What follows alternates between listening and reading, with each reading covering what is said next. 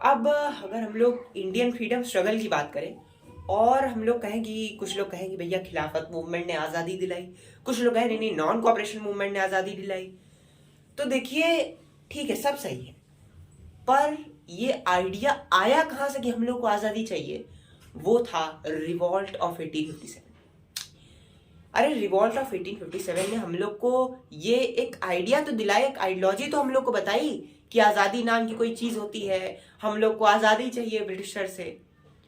और भले ही revolt of 1857 successful नहीं हो पाया, पर उसने एक इंडियन मासेस को एक आइडिया बता दिया, एक ये बता दिया कि भैया अभी तो थोड़े लोग आए थे, तब हम जीतते जीतते हार गए। अगर थोड़े और लोग आ जाए, पूरा इंडिया ज्वाइन हो जाए एक रिवॉल्ट में ब्रिटिशर के अगेंस्ट, तो हम लोग को आज़ादी मिल जाएगी। ये था बेसिकली रिवॉल्ट ऑफ 1857। अब देखिए, कॉजेस तो बहुत हैं इस रिवॉल्ट के। अब भाई ऐसा तो है नहीं, political causes, economic causes, social causes, religious causes, military causes. और ऐसा सच्ची में भी है। ब्रिटिशर ने एक्सप्लॉइट भी तो किया था भाई। मिलिट्री कॉजेज उठा के देखिए, आपको लगेगा कि इतना ज्यादा डिस्क्रिमिनेशन ब्रिटिशर ने किया था इंडियन सोल्जर्स के साथ। पॉलिटिकल कॉजेज उठा के देखिए, मतलब क्या ही बेसिस पे दूसरे टेरिटरीज को उठा लेते थे, आपको पता भी नहीं चलेगा। इकोनॉमिक एक्सप्लॉइटेशन, इकोनॉमिक कॉज उठा के देखिए, पूरी कंट्री को एक्सप्लॉइट कर दिया था ब्रिटिशर ने। तो ऐसा नहीं है कि ब्रिटिशर ने एक्सप्लॉइट नहीं किया था, किया तो था। अब देखिए, ये जो कॉजेज हैं सारे, political cause, religious cause, social cause, economic cause, military cause, ये सब आप जान जाइए एक रुई की तरह इकट्ठा होते जा रहे थे। और इस रुई को जलाने के लिए, इस आग को जलाने के लिए एक बस चिंगारी जरूरत थी। और वो चिंगारी कैसे आई? वो चिंगारी आई ग्रीस कार्ट्रिजेस के फॉर्म में। ग्रीस कार्ट्रिजेस, यही इमीडिएट कॉज, और यही था इमीडिएट कॉज पूरे रिवॉल्ट का, जो कि जिसको आप कह सकते हैं ये पूरे इस एक शब्द, दो शब्द के आसपास पूरा इमीडिएट कॉज घूमता है। ग्रीस कार्ट्रिजेस, क्या है ग्रीस कार्ट्रिजेस? देखिए, सबसे पहले इमीडिएट कॉज मतलब एकदम तुरंत क्या हो। ठीक है, रिवॉल्ट था, बहुत सारे कॉजेस थे, पर क्या तुरंत इसका इमीडिएट क्यों इतना आ गया? वो था ग्रीस कार्ट्रिजेस। ग्रीस कार्ट्रिजेस के आसपास पूरी इमीडिएट कॉज की और पूरे रिवोल्ट की कहानी है। आप ये जान जाइए, ग्रीस कार्ट्रिजेस क्या था? एक गोली थी, एक बुलेट के समान था, और बेसिकली नॉर्मल बुलेट से ये हल्का सा उस वक्त ज्यादा इफेक्टिव था। तो ब्रिटिशर ने इंट्रोड्यूस किया था इंडिया में, इंडियन आर्मी में, कि आप अब इस गोली का इस्तेमाल करेंगे। इसमें करना ये रहता था, कार्ट्रिजेस था, इसको आपको गोली को, इसका ऊपर का जो कवर होता है उसको काट के थूकना पड़ता था, और फिर आप इसको बंदूक में डाल के यूज कर सकते थे। अब देखिए, इंडियन आर्मी में उस वक्त लार्जर प्रपोर्शन में, ज्यादा प्रपोर्शन में इंडियंस थे, और बहुत कम प्रपोर्शन में ये ब्रिटिशर और यूरोपियंस थे। तो हुआ ये था कि पता चला भैया ये जो ग्रीस्ड कार्ट्रिजेस है, इसको जो है काऊ और पिग के फैट से ऑयल किया गया है। इसका अर्थ ये है, इसको बनाने में जो गाय होती है, गाय की चमड़ी और सुअर की चमड़ी का यूज किया गया है।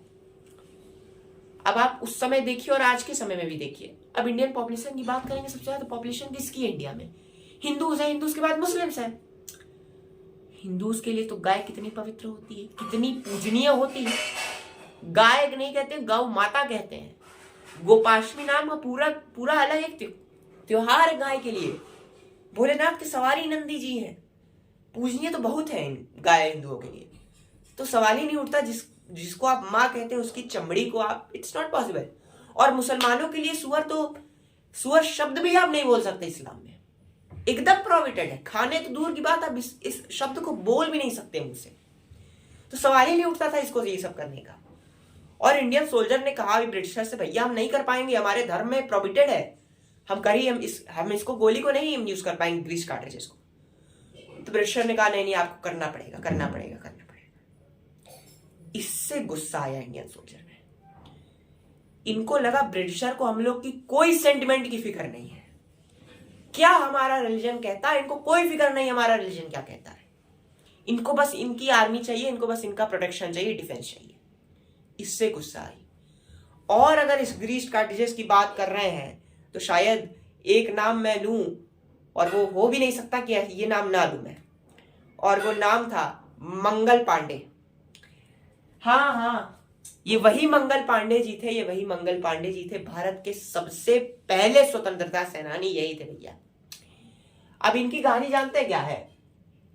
ऐसा नहीं था कि ये शुरू से बहुत इंग्लैंड और ये ब्रिटिशर के खिलाफ हमेशा गुस्से का रवैया रखते थे और ब्रिटिशर को लाइक नहीं करते थे। देखिए ये आदमी जो थे ये इंडियन थे, पर इनका कहना ये था, देखिए ब्रिटिशर से हम सैलरी ले रहे हैं भैया, आर्मी में है तो सैलरी भी तो ब्रिटिशर के लिए ले रहे हैं ना, तो काम तो करेंगे ही।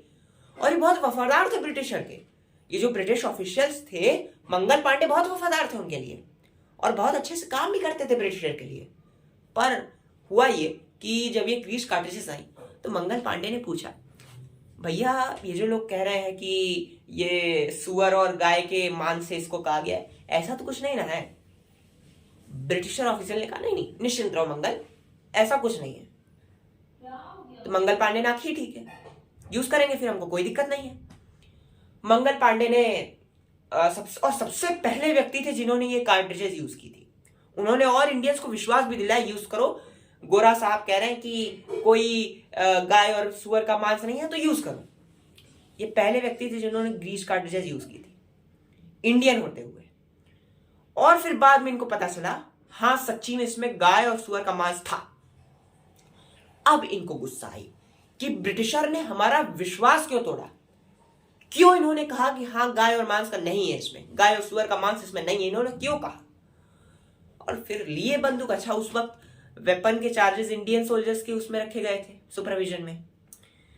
अब इन्होंने एक बंदूक ली, तबातर 2-3 ब्रिटिश ऑफिसर को मारा, सारे अपने इंडियन सोल्जर का लो पकड़ो बंदूक। सारे लोगों ने, अच्छा वेपन इन लोगों के चार्ज में था, ले लिए, निकल गए बंदूक लेके।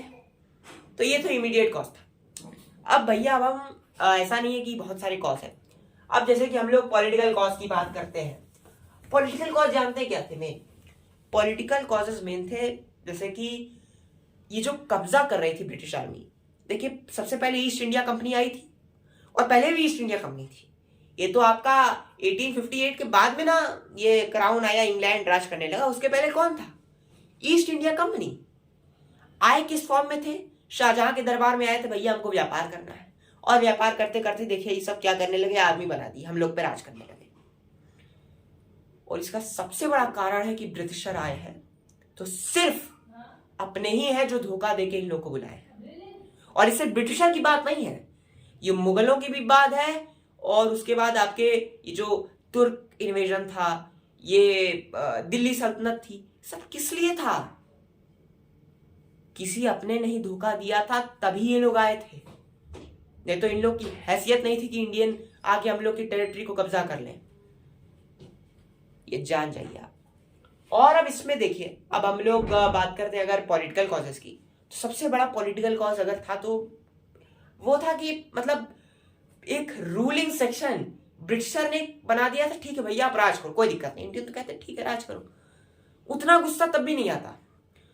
पर ये जो डिस्क्रिमिनेट कर रहे थे ना इंडियन और ब्रिटिशर को अलग अलग, कि नहीं हम लोग ज्यादा सुपीरियर हैं, तुम लोग उस लायक नहीं हो कि हम लोग के सामने आओ, ऐसे थोड़ी ना चलेगा। मतलब राज कर रहे हो और किस बेसिस पे? तुम भगवान से आए हुए, हम भगवान के डायरेक्ट मैसेंजर हैं हम लोग, ब्रिटिशर कहते थे। तो ऐसा तो नहीं है, ठीक है भगवान के मैसेंजर हो ना, हम लोग के यहाँ बच्चों को ही भगवान कहा जाता है और आधे लोग तो भगवान है भी, तो ये तो भूल जाइए। अब कॉजेस की बात करें तो सबसे बड़ा कॉज था इनका जो टेरिटरी कब्जा करने का तरीका था इनका। अब देखिए उस वक्त था क्या कि जो इंडियंस थे, इंडियंस एकदम सोशलाइज जिसको नहीं कहते हैं, जिसको आप समझिए बहुत ही अनुशासन वाले, उस टाइप के थे इंडियंस। कि रात शाम होने के बाद शंख बज जाएगा, फिर कोई लड़ाई नहीं होगी। ब्रिटिशर बहुत दुष्ट व्यक्ति थे, बहुत चालाक थे, और वो जानते थे ये सब इंडियन बहुत अनुशासन वाले हैं, शाम हो जाएगी सब अटैक ही नहीं करेंगे हम पे।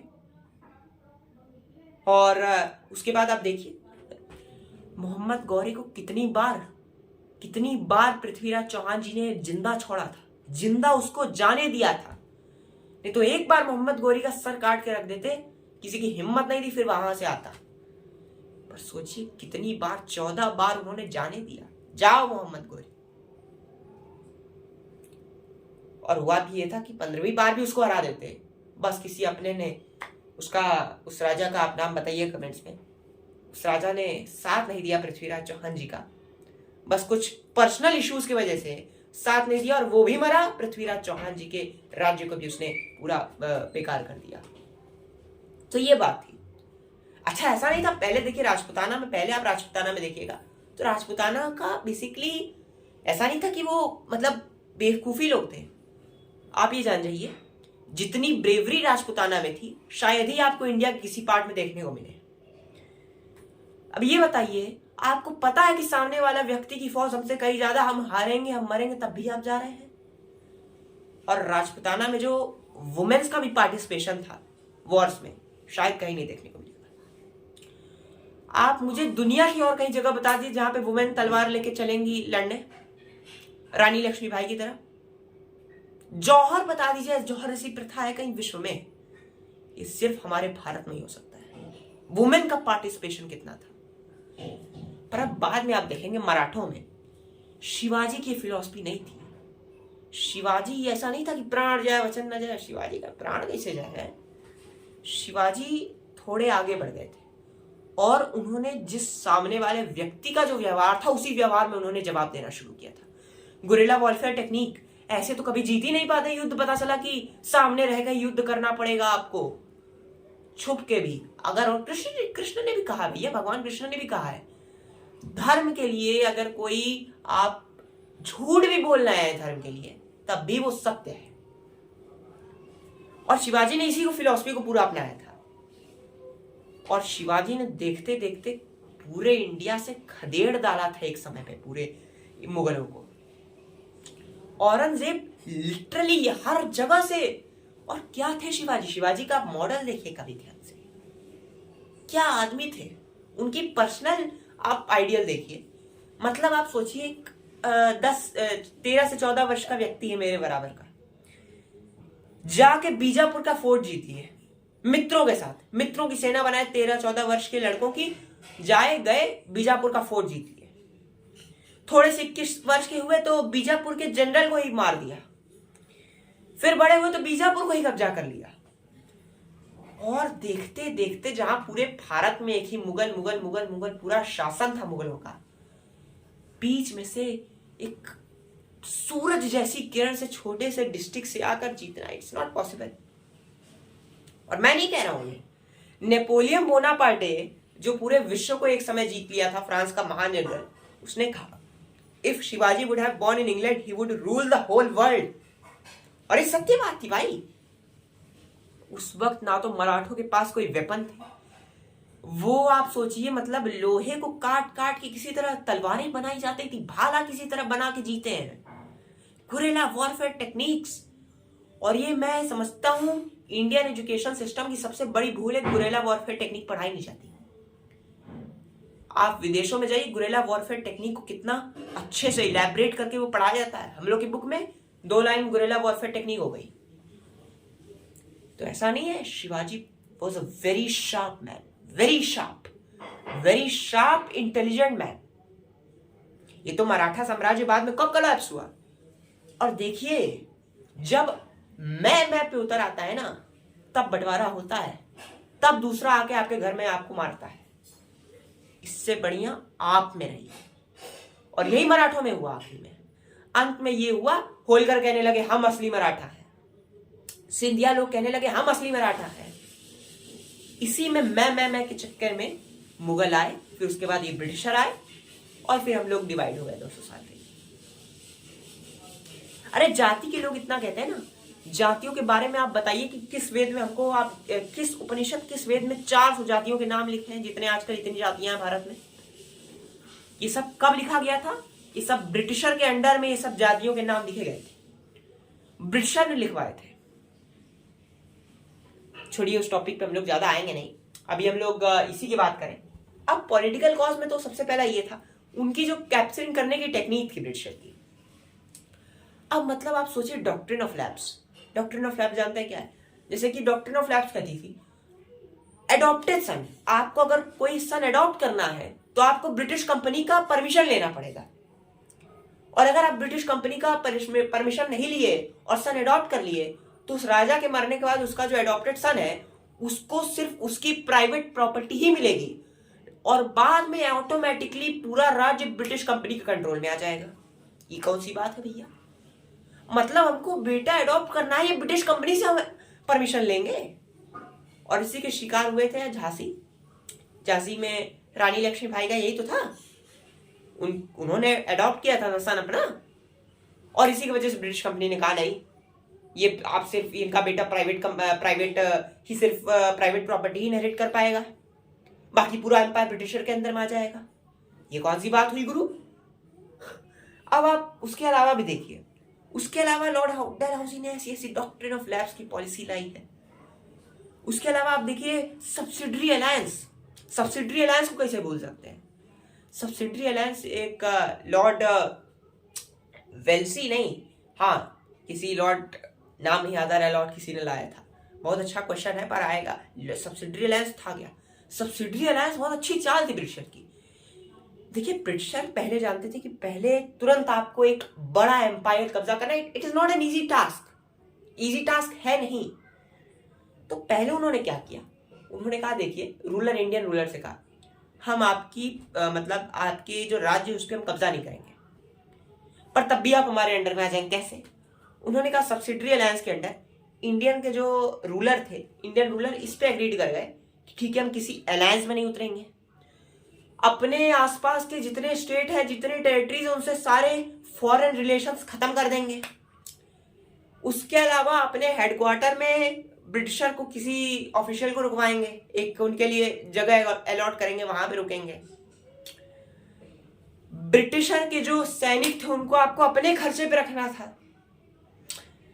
किसी यूरोपियन को हायर नहीं कर सकते थे ब्रिटिशर के कंसेंट के बिना, और वर्चुअली आप अपनी पूरी इंडिपेंडेंस खो देते थे। तो ये तो आप डायरेक्टली आ गए ब्रिटिशर में, और क्या चाहिए भाई? आप अपने फॉरेन रिलेशन ही खत्म कर दे रहे हैं, तो आप क्या लड़ पाएंगे उनके खिलाफ? और ब्रिटिशर सबसे पहला इसका एग्रीमेंट का सबसे पहला क्लॉज ये था, फॉरेन रिलेशन खत्म कर देंगे, क्योंकि ब्रिटिशर जानता था एक बार इंडियंस की सबसे बड़ी पावर थी यूनाइटी, एक बार इनकी यूनाइटी खत्म, समझिए इंडियंस खत्म। ये ब्रिटिशर का सोचना था। और दूसरा इनका था जैसे कि बहादुर शाह जफर जो आखिरी मुगल रूलर थे। अब जैसे कि बहादुर शाह जफर जब तक जिंदा थे तब तक उनको मतलब कुछ नहीं किया गया, कंपनी के अंडर की सिक्योरिटी में थे, ठीक है। बहादुर शाह जी के मरने के बाद कंपनी ने डिक्लेयर किया उनकी विडो जो है और उनके बेटे जो है रेड फोर्ट को अपना पर्सनल प्रॉपर्टी नहीं यूज कर सकते। उसके बाद लॉर्ड कैनिंग ने आके कहा कि अब ये लोग टाइटल भी नहीं यूज कर सकते कोई। इससे जो है मुसलमानों में गुस्सा फूट गई, और वही same to same treatment of Nana Sahib ji का ट्रीटमेंट और ट्रीटमेंट ऑफ रानी लक्ष्मीबाई। रानी लक्ष्मीबाई के साथ भी यही जो मैंने बताया, डॉक्ट्रिन ऑफ लैप्स की शिकार थी, पर बहुत ही उनकी, आप रानी लक्ष्मीबाई के ब्रेवरी को देखिए। उसका पति मर चुका है, बेटा है छोटा सा, और कुछ तोपों के साथ वो सामने ब्रिटिशर जानती हैं आप नहीं जीवित रह पाएंगी, आपको हारना है, तब भी लड़ रही ब्रेवरी के साथ। दैट ये जो ब्रेवरी होती है, जिगरा होता है ना, हर व्यक्ति में नहीं होता है। अरे ज्यादातर पुरुषों में नहीं होता है जिगरा कि जाके आपको पता आपको मरना तब भी लड़े, आप लड़ पाएंगे? नो। सदियों में दो से तीन व्यक्ति पैदा होते हैं ऐसे ब्रेव। नाना साहेब का भी यही हाल था। अब जब तक उनके पिता अब देखिए नाना साहेब जो थे वो क्या थे? एडॉप्टेड सन थे नाना साहेब। तो जो आखिरी पेशवा थे बाजीराव टू, वो जब तक वो जिंदा थे तब तक तो कंपनी के प्रोटेक्शन में थे, पर जब बाजीराव टू मर गए तब उसके बाद कंपनी ने कहा नाना साहब अब हम कोई इनको जो है मतलब जो हर महीने आते थे इनकी जो सैलरी, आप कह सकते हैं सैलरी या इनको पेंशन ब्रिटिश ने कहा कि अब हम पेंशन नाना साहब को नहीं देंगे। और इन्होंने ये भी कहा कि इनकी प्रॉपर्टी नहीं यूज कर सकते, इनको पुणे से भेज दिया कानपुर। फिर उसके बाद नाना साहेब ने ना बहुत बहुत तेज शातिर इंसान थे, बहुत समझदार थे, बहुत शातिर थे, बहुत तेज थे। उस व्यक्ति ने पूरे भारत में जा जाके लोगों को इकट्ठा किया। रानी लक्ष्मीबाई से लेकर दक्षिण में बहादुर शाह जफर के सक्सेसर्स को हर जगह जा जाके राजपूताना, मराठा कॉन्फेडरेट, हर जगह इकट्ठा किया। और यही 1857 में अगर नाम लिया जाता, सबसे बड़ा इसका जो आप कह सकते हैं डायरेक्टर टाइप का जो व्यक्ति था, जो बताता था क्या करना है, कैसे करना है, नाना साहेब। उसके बाद एक और थी कि भारत में जो एनेक्सेशन ऑफ अवध, सबसे बड़ा अगर पॉलिटिकल कॉज की बात करें, एनेक्सेशन ऑफ अवध हुआ। ये था इसकी स्टोरी 7 फरवरी 1856, ये डेट याद रखिएगा। 7 फरवरी 1856 को एक नवाब थे, नवाब वाजिद अली शाह। नवाब वाजिद अली शाह जो है इस डेट को, मतलब 7 फरवरी 1856 को उनको डिपोज कर दिया ब्रिटिश ने। किस बेसिस पे? मैल एडमिनिस्ट्रेशन के बेसिस पे, प्रिटेक्स्ट ऑफ इल मैनेजमेंट, मतलब अच्छे से आप मैनेज नहीं कर पा रहे हैं स्टेट को। ये आरोप लगाते हुए ब्रिटिशर ने कह दिया कि चलिए अवध हम हमारे कंट्रोल में। और फरवरी 13 1856 को पूरा अवध को एनेक्स कर लिया ब्रिटिशर ने। किस प्रिटेक्स्ट में? मैल एडमिनिस्ट्रेशन के प्रिटेक्स्ट पे, कि आप लोग अच्छे से शासन नहीं कर पा रहे, हम ले रहे हैं। इससे जो है, और इन्होंने, ये ब्रिटिशर ने जो रूलिंग क्लास थी वहां अवध की, उनको प्रॉमिसेस किए थे, हम नहीं कब्जा करेंगे, सारे प्रॉमिसेस एक बार में तोड़ दिए। और एनेक्सेशन ऑफ अवध के बाद बहुत हार्डशिप लोगों को फेस करनी पड़ी थी अवध में, बहुत हार्डशिप। आप समझिए उस वक्त इतनी पॉवर्टी, एक फेमाइन टाइप, एक माइनर फेमाइन आ गई थी इस वक्त, और ब्रिटिशर कुछ नहीं देख रहे, भाड़ में जाए लोग, उनको क्या मतलब। और यही हुआ था, और इसकी वजह से जो वहां के सैनिक भी थे, लोग भी थे, इस एनेक्सेशन ऑफ अवध की वजह से बहुत गुस्सा थे ब्रिटिशर से। और एक पॉलिटिकल कॉज का आखिरी फैक्टर आप देख सकते हैं, एब्सेंटी सोवरेंटी ऑफ इंडिया। अब एब्सेंटी सोवरेंटी ऑफ इंडिया मतलब जैसे कि जो ब्रिटिश गवर्नमेंट थी वो भारत को इंग्लैंड से रूल करती थी, तो लोगों को ये भी लगा, ये बताइए भैया, जैसे कि ये मुगल जो थे, मुगल तो मान लीजिए जो मतलब टैक्स कलेक्ट करते थे तो जितने बुरे थे वो, पर टैक्स कलेक्ट करते थे तो भारत ही ना खर्च करते थे। ये ब्रिटिशर तो हम लोग का पैसा लेके ब्रिटिश में जा रहे, इंग्लैंड में जा रहा है, सारे रॉ मटेरियल, सारे रिसोर्सेज चुरा के ले जा रहे हैं, सारे ऑफिशियल की सैलरी कहां से ले रहे हैं? भारत से ले रहे हैं। इनको अपना युद्ध लड़ना, हम लोग के सैनिकों को यूज कर रहे हैं। ये चीज खटकने लगी इंडियंस को। ये एक बहुत इंपॉर्टेंट फैक्टर था। और दूसरा कि सारे प्रॉमिसेस ब्रिटिश तोड़ रहे थे। ये बहुत, आप जिसको कहते हैं ना धोखा शब्द ही जैसे ब्रिटिशर को बना है। और ब्रिटिशर दो शब्द मैं उनके लिए यूज करता हूं, लुटेरे और धोखेबाज। धोखेबाज में कोई संदेह नहीं है। लोग कहते हैं ना, the British empire was so large that even that sun never set in the British empire. British empire इतना बड़ा था कि कभी सूरज डूबता ही नहीं था। किसी कंट्री में सूरज उग ही रहा, जिस कंट्री में सूरज उगता था जिस समय पे, ब्रिटिश एम्पायर में था। शशि थरूर जी ने कहा, the sun never set in the British empire because even the god couldn't trust the British in the dark. क्योंकि भगवान भी कभी इन लोगों को भरोसा नहीं कर सकता था, इतने बड़े धोखेबाज थे। और लूट की बात करें तो इतने बड़े लुटेरे थे। हिंदी के शब्द, ये लूट हिंदी का शब्द है, हिंदी के शब्द को भी सब लूट के अंग्रेजी में ले गए, तो इतने बड़े लुटेरे थे सब। ये थे पॉलिटिकल कॉजेस। अब इस वीडियो में इतने ही पॉलिटिकल कॉजेस की बात करेंगे।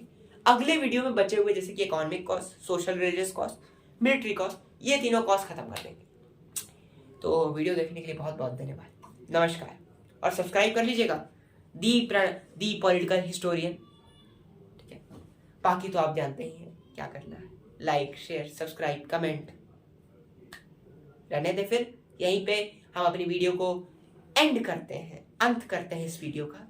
उसके लिए देखने के लिए बहुत बहुत नमस्कार।